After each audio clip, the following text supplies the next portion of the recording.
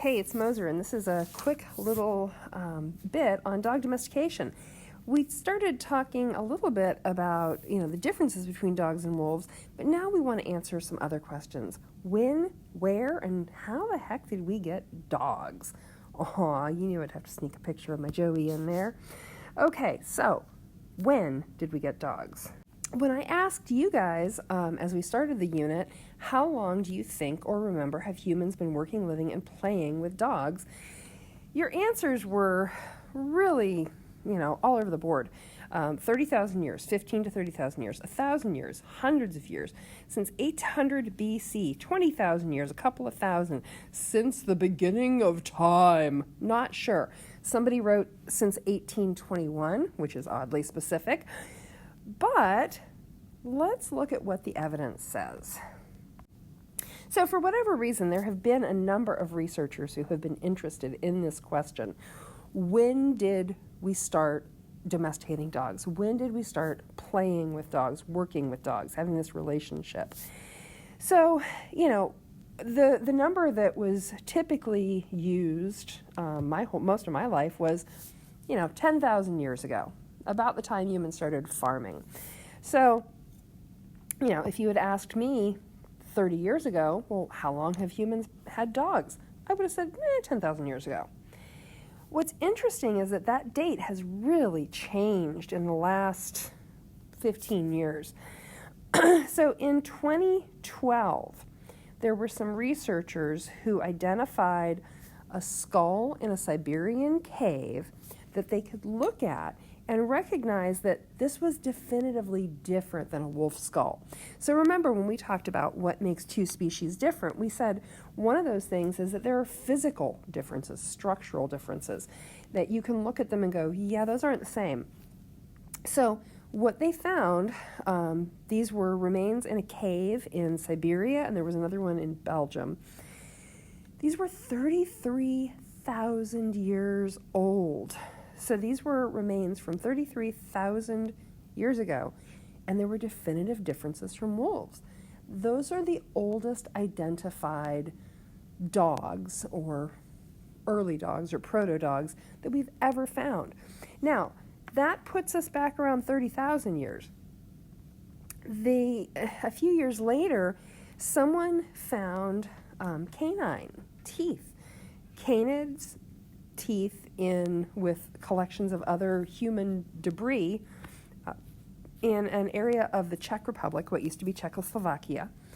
Did you know that you can actually tell what an organism eats based on chemicals in its tooth enamel? You guys study Ötzi in middle school, Ötzi the Iceman, and they did this with Ötzi, so they could look at the certain elements in his teeth, and they can tell you a lot about where he grew up and what he was eating and all that. So they found these canine teeth that were 28,500 years old in the Czech Republic, and what they showed was two different groups of canids, that's wild dog-like animals, that had different diets. So one, clearly, you could look at what they ate and say, that's wolf diet.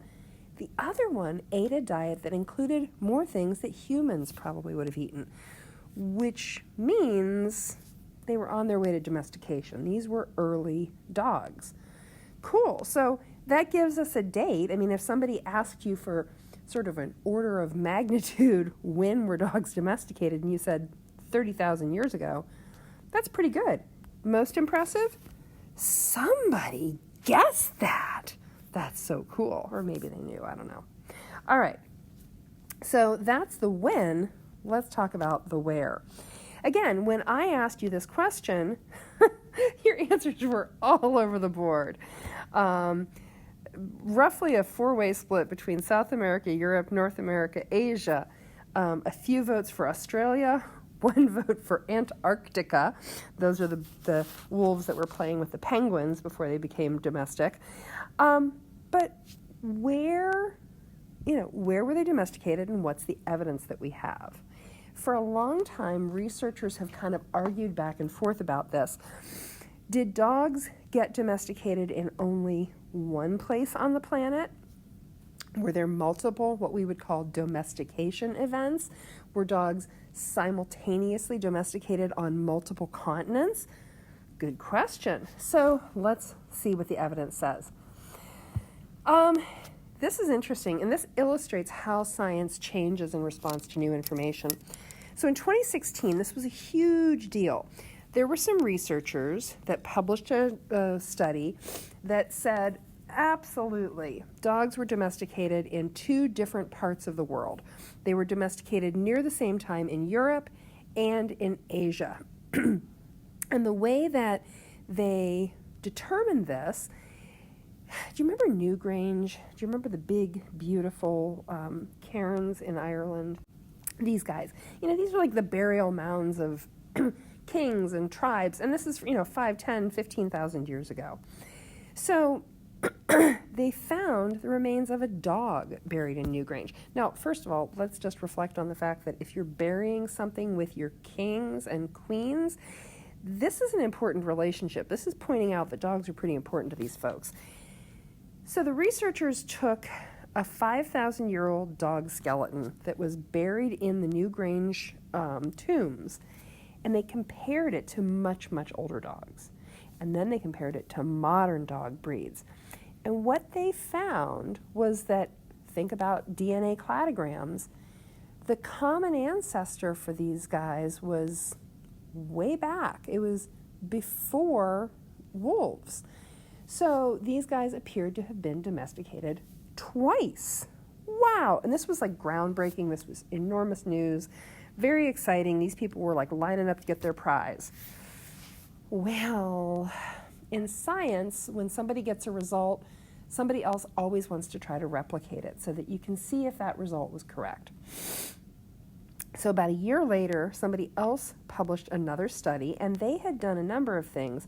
They had looked at some more DNA from more ancient dogs, and they went back and they actually reran the DNA analysis that the first researchers had done on that dog from Ireland. Well, they found that there were some mistakes in the DNA analysis with the Irish dog. So when they looked at all of that additional data, it looked pretty clear that modern dogs evolved just once, and it would have happened in Europe. So kind of like we saw in the movie Alpha. Yeah. Okay, so we've got these dogs 30,000 years ago being domesticated. All humans are hunter-gatherers. There are no farmers. These are dogs who were hunting with their people, just like they saw in that last scene of Alpha. I love that. And the humans and the dogs are getting big advantages from this because everybody gets more calories. And this happened, we now know, in Europe, because that one didn't work out.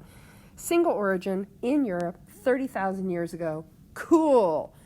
Now here's the real question. How did that happen? Oops, that's Newgrange. So there are 3 hypotheses for how we domesticated dogs. Remember, a hypothesis is the best explanation we have to understand how something works with our current understanding. It is not a guess, not an educated guess. Strike that from your vocabulary. There are 3 hypotheses. One I'll call the Alpha hypothesis for the movie, the adoption of adult wolves. 2 we could call wolf pup adoption, and 3 would be the idea of camp follower wolves. So let's start right off with the Alpha hypothesis. Oh, so sweet. Boy injures dog. Boy takes care of dog. Boy injures wolf. Boy takes care of wolf. Wolf decides he loves boy. Wolf cuddles up and sleeps with boy. Boy takes wolf home to meet his family. Aw, yeah, that's sweet. But you're missing the part where the wolf eats the boy's face. Yeah. So, is there any evidence that suggests that hunter-gatherer humans would have adopted full-grown apex predators? No, in a nutshell. Issues. Where would you like to start? Don't bring a full-grown apex predator into your house unless you want to die. This is a very bad idea. So, this is ridiculous. And I love the movie Alpha. And I feel like they got so much of the science right. So much of the science was really well done. This part, complete fantasy. So, and I do note here, there is not a scientist on the planet who suggests that this is even any kind of possibility. Likelihood of how this being, this being how we got the dogs, absolutely zero, none, didn't happen, but it makes a really sweet movie. Okay, next. Wolf pup adoption. So, ancient humans 30,000 years ago find orphaned wolf puppies. Maybe they killed mom, maybe mom died of something. And they take the cute, cuddly babies back to the village and they raise these little orphaned baby animals. Now, what kind of evidence do we have to support this? There isn't anything concrete that specifically points to this happening with wolves, okay?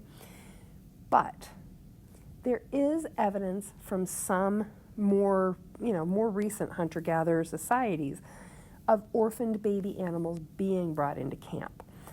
So, maybe your tribe shoots a wolf and doesn't realize, and then, gets up close and realizes, oh, shoot, she's got puppies someplace, finds the puppies. Now you have these cute little abandoned orphaned puppies. You bring them home, you socialize them, you spend time with them, you raise them in your village. Okay.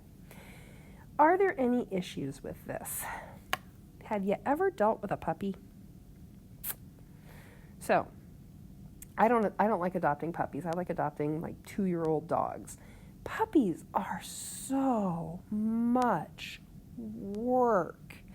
And one of the things I loved about the film Alpha is how, if you think back to watching the movie, every single scene where there are people sitting there talking, having a conversation, doing anything, they're also doing some kind of work. Somebody is mending a fishing net. Somebody is, stitching pieces of leather together. Somebody is knapping flint arrowheads. There's always work being done. Because in hunter-gatherer societies, getting enough calories to survive, having warm enough clothes to not freeze to death is your full-time occupation. So people, might be sitting there having a conversation, telling stories, exchanging information, but they're still working. If you've had a puppy, you know that it takes a lot of time and a lot of effort to socialize them and to get them to behave in acceptable manners. No, we can't climb on the kitchen table and eat out of the dish. So, the time, I've read a few articles by researchers talking about this idea that maybe ancient humans adopted puppies. What most of them say is the time that it takes to socialize wild baby animals just wouldn't exist in a hunter-gatherer society.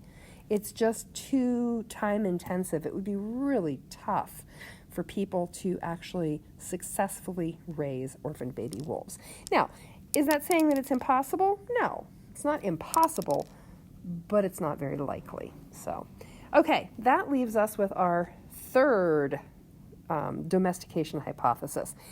Camp follower wolves. So, this is the idea that there might have been wolves who were just a little bit less afraid of people and who realized that people tended to drop really tasty, delicious trash on the ground.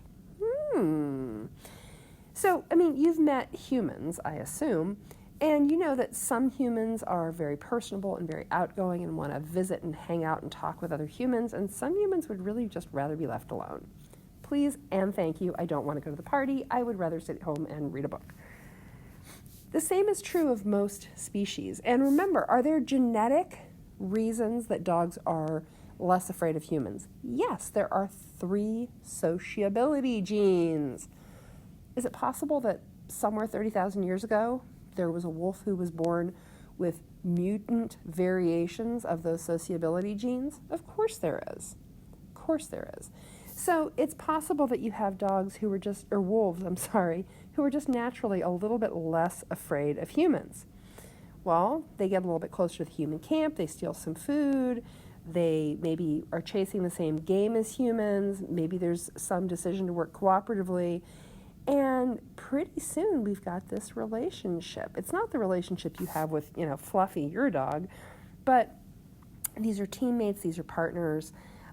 What evidence do we have to support this? So there are actually several places in Europe where we have found dog, or what we'll call proto-dogs, a very early primitive dog, remains that have anatomical changes, meaning they are physically different. Their skulls are different from wolves, but they're eating some human food and they're eating some wild food. So this is good evidence that you've got wolves who are partially not afraid of humans at this point.